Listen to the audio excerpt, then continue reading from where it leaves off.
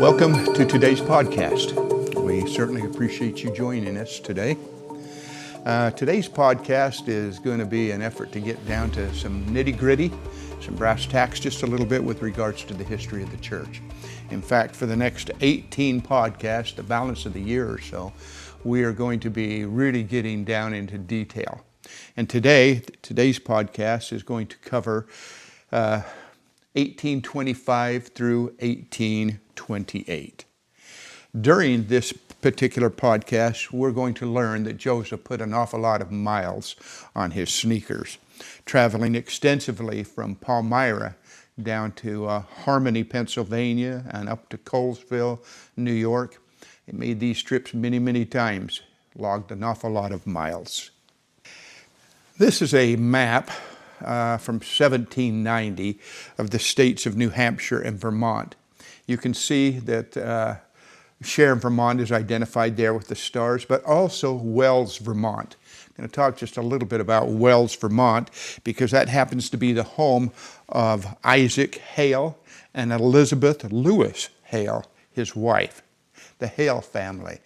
And who are the Hale family? Of course, that's Emma's parents. Isaac married Elizabeth in 1790, both of them from Wells, Vermont. And Wells, Vermont also has the distinction of being the home of another early church history individual, Oliver Cowdery, none other than Oliver. Oliver lived in Wells. He lived there for 20 years. He lived in the Wells, Vermont area. In 1791, Isaac and Elizabeth Hale are going to move from Wells, Vermont to Harmony, Pennsylvania. Now, if you look on a map today, Harmony, Pennsylvania is referred to as Oakland. It's not Harmony, it's Oakland, so it would be Oakland. They moved there in 1791, and Isaac purchased 150 acres and had a small log cabin there for the family. Isaac is referred to as a mighty hunter, in particular from the Vermont area. He slaughtered and butchered hundreds of deer and bear and elk annually, giving much of what he had to the poor. So he was pretty good in that way. Around 1810, Isaac and his family moved the log home they were living in off of its foundation and set it aside, and they built this beautiful home, this two-story home. Lucy Mack Smith saw the Hale home in 1828 when she came down to visit Joseph at a particular time, and she said this about the home. She says, "The Hale home is a mansion with every convenient appendage necessary." In 1825, Joseph would lodge in the Hale's old log home as he was working in the area for Josiah Stowell looking for lost Spanish treasure. And we'll get to all of that here in just a few minutes. Again, in 1827, after he's married to Elizabeth, they would move back to Harmony and for a brief period of time actually stay in the Hale mansion. So that's just a little bit about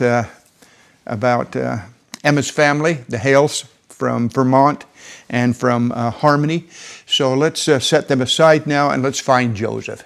Joseph is 20 years old at this particular time, and in October of 1825, with the persecution surrounding Joseph continuing in the Palmyra area due to the fact that he had been discussing his first vision with everybody that he saw, and the Smith family was in need of some funds, Joseph and his father took employment with an acquaintance of theirs, a Mr. Josiah Stowell from the Colesville, New York area. Let's put this map up so you can kind of see what we're talking about here.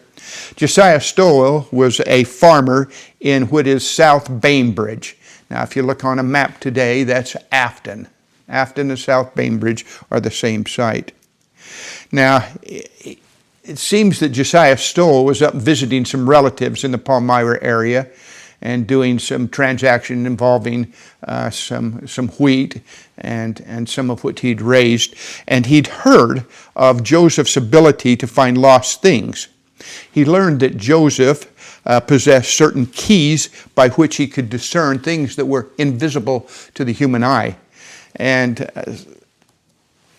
Joseph did have, at this particular time, what is referred to as a seer stone. A seer stone. Lucy Smith said this, and I quote, "These are the keys that enabled Joseph to see things invisible to the natural eye." Brigham Young once said, "Every man who lives on earth is entitled to a seer stone and should have one, but they've been kept from them in consequence of their wickedness." Now, later in life, Joseph would learn that the gift of using a seer stone is the gift of a seer, whereas the craft of peeping was deceptive and very fraudulent. Let me read to you this slide taken from the museum there in Harmony, Pennsylvania, there at the site. It says, "Joseph Smith was inspired by God in his effort to translate the ancient record. At times when exercising the gift of revelation, Joseph used sacred physical objects to translate. He used the translation instruments buried with the record, the Urim and Thummim, and at other times he used a seer stone which he placed inside of a hat to block out light. At first, Joseph copied characters from the plates before trying to translate them. Over time, he often worked without referring to the plates which were covered or hidden close by." I've also listed others, as you can see: Aaron, the brother of Jared, John the Revelator, Messiah, Abraham, and Joshua all used stones to some degree. So Mr. Stoll met with and hired both Joseph and Joseph Sr., his father, as well as some neighbors from the area, to come to South Bainbridge, again Afton, and search for lost Spanish treasure, a silver mine, along the Susquehanna River. Stoll believed that he had located an ancient Spanish mine where coins were being minted and buried.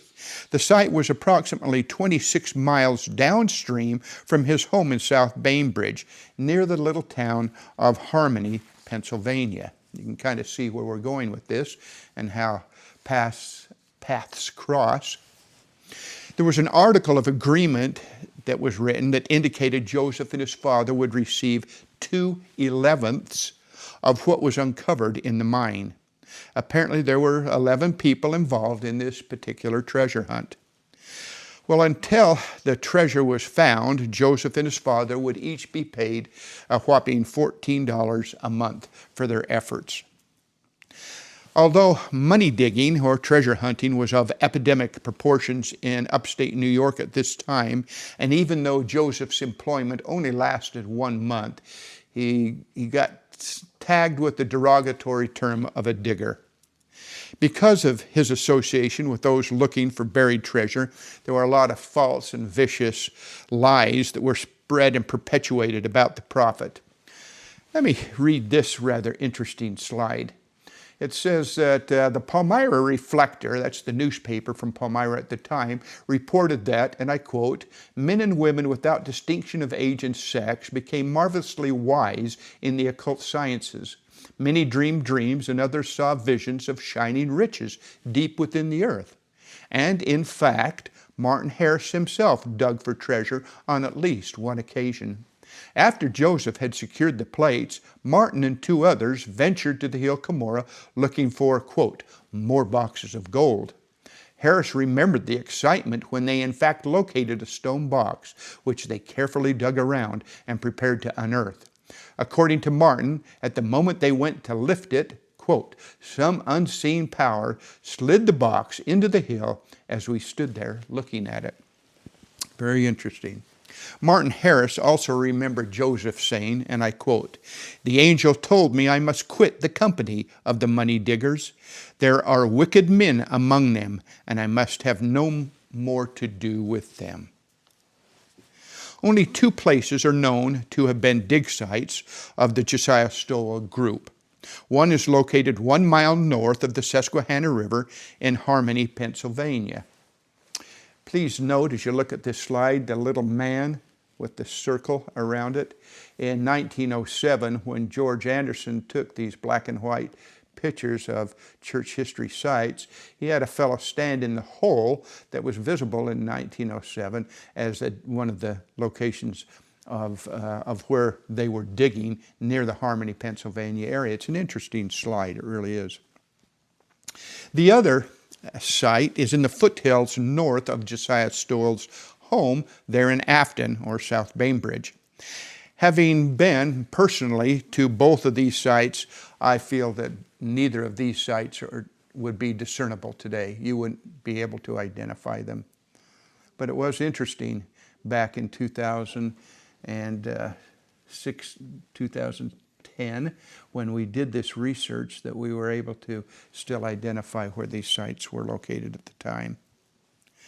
Now, Josiah Stowell was 56 years old. He became a very close friend to the prophet Joseph Smith. He was well-to-do and active in his Presbyterian church. After a month of fruitless searching, Joseph finally prevailed on Josiah Stowell to stop his search. Joseph then spent most of 1826 in southern New York working on the farm of Josiah Stowell. Joseph, in fact, went to school in South Bainbridge with some of Josiah Stowell's children and possibly labored at Joseph Knight's carding mill. Now, a carding mill is something used to straighten fibers before you weave cloth together. The Knights lived just 3.5 miles from the Stowells near the Susquehanna River. They lived in Colesville. The Knights became some of Joseph's best friends. So Joseph's got some great people down there that he's working with and working for. Joseph made many, many trips to see his friends in South Bainbridge and Colesville, but he was not without his persecution. In March of 1826, he was arrested for disorderly conduct. He was again arrested in 1829 on the same charges. These were the first two of 46 different times that the prophet Joseph Smith would be arrested on some trumped-up charge. The locals felt that Joseph was attempting to swindle money from Josiah Stowell, but it was hard to convict him when Josiah himself was such a strong supporter of Joseph and his teachings. When Joseph was put on trial for disorderly conduct, it was the testimony of Josiah and his 2 daughters that helped Joseph earn his acquittal. The charges have been brought by a nephew of Josiah Stowell. His name was Peter Bridgman. Reading from the court record of the trial, this is a question that was asked Josiah Stowell. So, and I quote, question, Deacon Stowell, do I understand you swearing before God under solemn oath you have taken that you believe that Joseph Smith is called of God? His answer, do I believe it? Do I believe it? No, it is not a matter of belief. I positively know it to be true. Well, John Reed, who was a noted lawyer who defended Joseph in the local courts on a number of occasions, said Joseph was truthful and an intelligent person. Josiah Stowell Jr. said, Joseph was a fine, likable young man, and at the time did not profess religion. He was not a profane man, although I did once in a while hear him swear. He never gambled, to my knowledge. I do not believe he ever did, and I never knew him to get drunk. Well, one last comment on Josiah Stowell, perhaps. He did more than simply employ Joseph to look for treasure and then to work around his property. Josiah Stowell would later be the means of providing funds and supplies to Joseph and Emma in Harmony, which would allow them to continue to translate the Book of Mormon. The night Joseph received the golden plates from the angel Moroni, Josiah was at Joseph's parents' house, ready to assist the prophet in any way he needed. Joseph forged lifelong friendships with both the Stowells and their neighbor, the Knight family. Josiah Stowell believed in Joseph to the very last. In fact, in 1843, Josiah wrote Joseph and said this, and I quote, I never knew anything of him but that was right, and also knew him to be a seer and a prophet, and I believed the Book of Mormon to be true. Well, while employed in this digging effort, Joseph stayed at the little cabin owned by Mr. Isaac Hale of Harmony, Pennsylvania. It was at this time that Joseph would meet Emma Hale. Emma was a 23-year-old school teacher born July 10th, 1804. She fell in love with Joseph. The Hales, however, were staunch Methodists and disapproved of the relationship between Joseph and Emma. In early January of 1827, Emma made a trip to Colesville to visit her cousins, the Wessons. While there, she was convinced that marriage to Joseph was the right thing to do. Finally, on January 18, 1827, Joseph and Emma eloped to South Bainbridge to the home of Josiah Stowell and were married then in the home of Justice of the Peace, Zachariah Tarbell. Then, because of hard feelings the Hales now had because they eloped, Joseph and Emma decided that they would go to Palmyra to live with Joseph's parents for a season. And Emma moved into the framed home. Joseph's older brother Alvin started construction of the framed home in 1822. Unfortunately, Alvin died in 1823 from a misdiagnosed illness and was unable to finish the home. We discussed Alvin's death in detail in our last podcast. The home was completed in 1825 and much appreciated by Joseph and Emma when they arrived in January of 1827. 8 months later, on the evening of September 22nd, 1827, Joseph and Emma drove a carriage owned by Joseph Knight to the hill called Cumorah. The time had finally arrived for Joseph to obtain the plates. Let me read from Volume 1 of the History of the Church for just a second. On the 22nd day of September 1827, having gone as usual at the end of another year to the place where they had deposited the same heavenly messenger, Moroni, delivered them up to me with this charge, that I should be responsible for them, that if I should let them go carelessly or through any neglect of mine, I should be cut off, but that if I would use all of my endeavors to preserve them until he, the messenger, should call for them, they should be protected. Lucy Smith observed on that night that Joseph's wife passed through the room with her bonnet and riding dress, and in a few minutes they left together, taking Mr. Knight's wagon. I spent the night in prayer, she says, and supplication to God.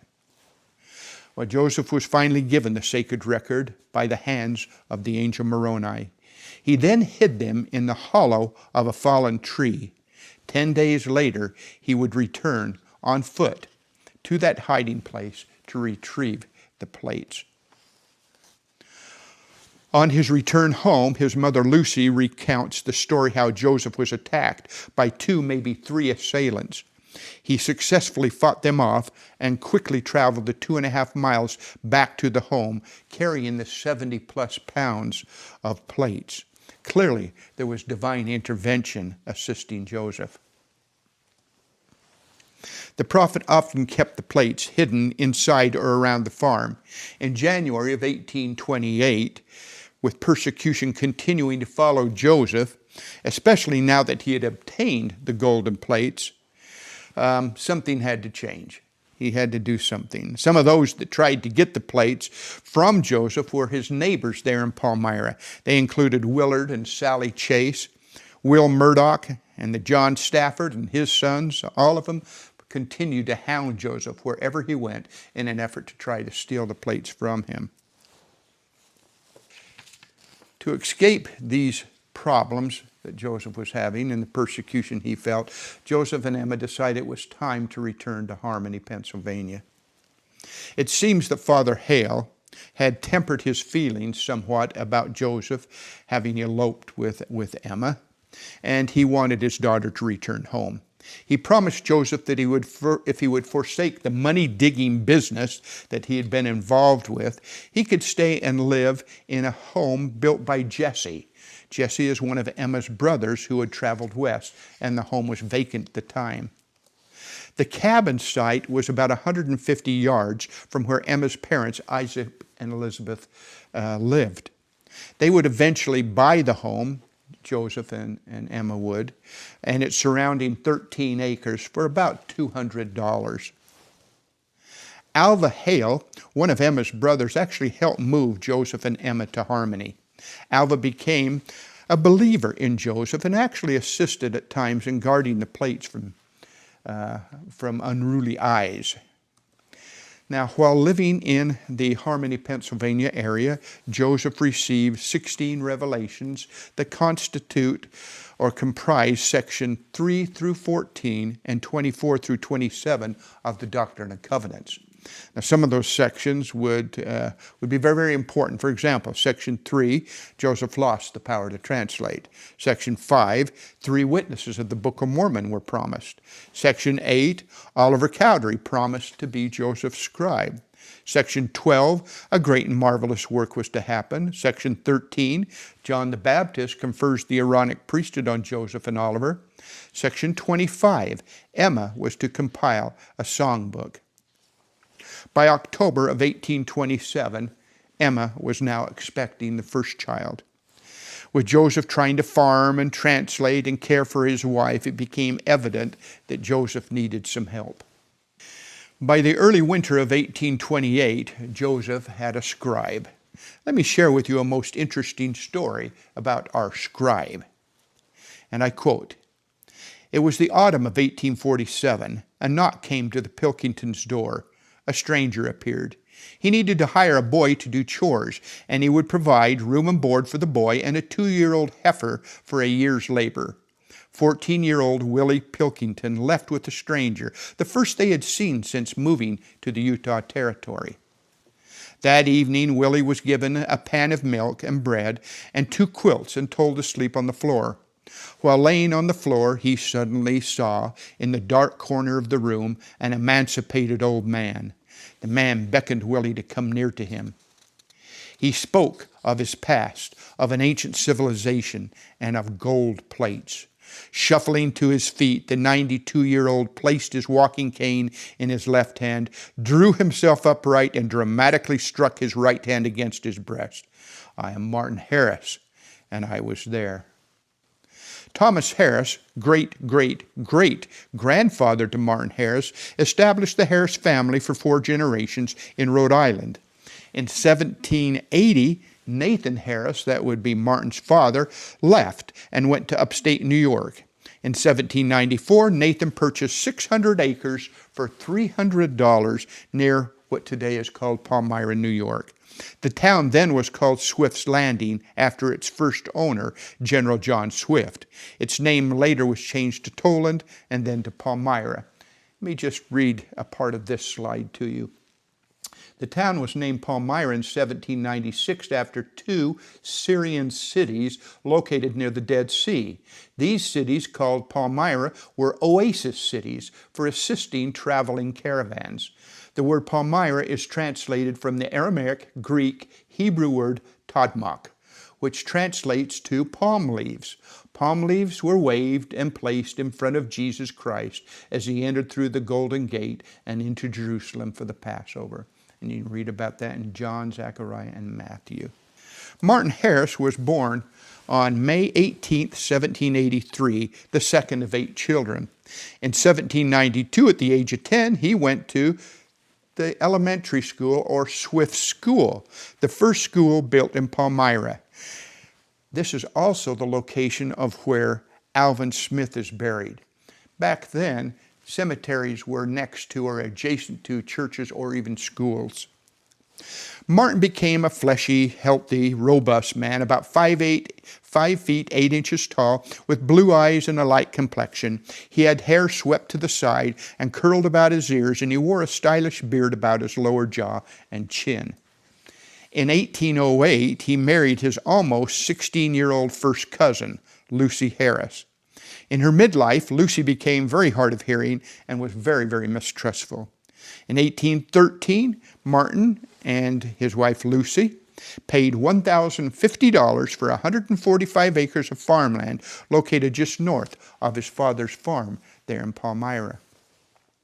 Martin would eventually have 320 acres of property.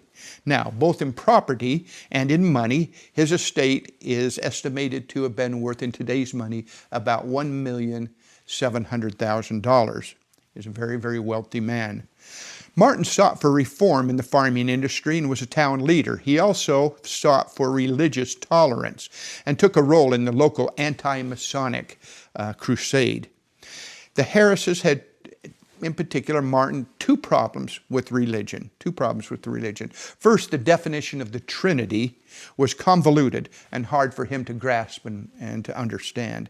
Second, the question of who had authority to act in God's name really bothered him. Now, Joseph Smith toiled with Martin, hoeing corn in his field many times for 15 cents a day. And here it was that Martin learned about the golden plates, and on a number of occasions learned that Joseph had exhibited great spiritual insights. Lucy Harris was adamant about seeing the plates. She offered $200 to aid in the translation, hoping to get involved in this process. Joseph's comment to her was, and I quote, "I always preferred dealing with men rather than their wives." Now, on a side note, a few months later, Lucy's going to accuse Joseph of defrauding her husband. And she's going to have Joseph hauled into court in front of a judge who would eventually say to Lucy, and I quote, "Keep such ridiculous matters out of my court." He then allowed Joseph to walk free. In 1831, Martin and Lucy are going to separate. They just, too much. Martin would go on with the saints to Kirtland, and Lucy will stay in Palmyra. When Martin learned that Joseph had secured the plates, he went directly to the Smith home. And he started to interview Emma, and then he started to interview Joseph's brothers and sisters, all about what had taken place. At this particular time, during these interviews that Martin was conducting, Joseph was at the Peter Ingersoll farm. He was working there for a time, digging a well. Well, Martin sought Joseph out, and Joseph told Martin that the angel had told him to look into the special stones to determine who should be chosen to assist in the translation process. And it was none other than Martin. Well, Martin then told Joseph, and I quote, "You must not blame me for not taking your word for it, but if the Lord will show me that it is His work, you can have all the money that you may need." Well, Martin went and knelt and prayed about it. He made a covenant to help if it was the Lord's will. Martin later explained, and I quote, "The Lord then showed me it was His work, and that it was designed to bring the fullness of the gospel to the Gentiles to fulfill His word." Martin knew he was now bound by covenant, and he would become Joseph's scribe. It was then that Martin became involved in the translation process of the Book of Mormon. Later, as we will learn, Martin is going to mortgage 240 acres of his farm to raise the printing costs of $3,000, so the firm of E.G. Grannon could print 5,000 copies of the Book of Mormon. Now, on a side note, the first edition of the Book of Mormon sold for about $1.25, which was 3 days' wages at the time. Today, if you found an original copy of the Book of Mormon, it would probably be worth $80,000 to $125,000. Again, that's if you could find one. Only 500 of the original copies are unknown to be in existence. Now we're going to jump ahead just a little bit on our story of Martin Harris. We'll get to his involvement with Joseph in our next podcast. But in 1869, an elder Stevenson, while on a mission to the eastern states, stopped in Kirtland to see Martin Harris. And he suggested that Martin come to Utah. Well, Martin was reluctant to do so, but eventually he did write Brigham Young and ask him about that possibility. And with open arms, Brigham Young invited him to return. In 1870, he made the trip to Utah. Martin passed away on July 10, 1875, in Clarkston, Cache County, Utah. And again, another side note, because of Martin's conversion, his older brother, Emer Harris, joined the church. Emer was called on a mission in 1832 to northeastern Pennsylvania, and during most of that mission, his companion was none other than Martin. They baptized about 100 people, the two of them, including a family named Oakes, relatives of Elder Dallin Harris Oakes. These first 3 years of Joseph's misunderstood years, as I call it, found trouble, trial, misunderstanding, and death. But they also found love, marriage, obedience, and accomplishment. The angel told Joseph, "Your name should be had for good and evil among all nations, kindreds, and tongues," or that it should be both good and evil spoken of among all people. And Joseph later said, "It seems as though the adversary was aware at a very early period of my life that I was destined to prove a disturber and an annoyer of his kingdom. Else why should the powers of darkness combine against me? Why the opposition and persecution that arose against me almost in my infancy?" All right, that's up through the beginning of 1828. Now our next podcast is going to get really detailed on the years of 1828 and 1829, cover primarily the involvement of Martin Harris with Joseph Smith. I certainly appreciate you joining us today. I hope you found this information interesting, and I hope it helps strengthen your testimony relative to the restoration of the gospel as we study each time the history of the church. Until next time, thanks again for joining me.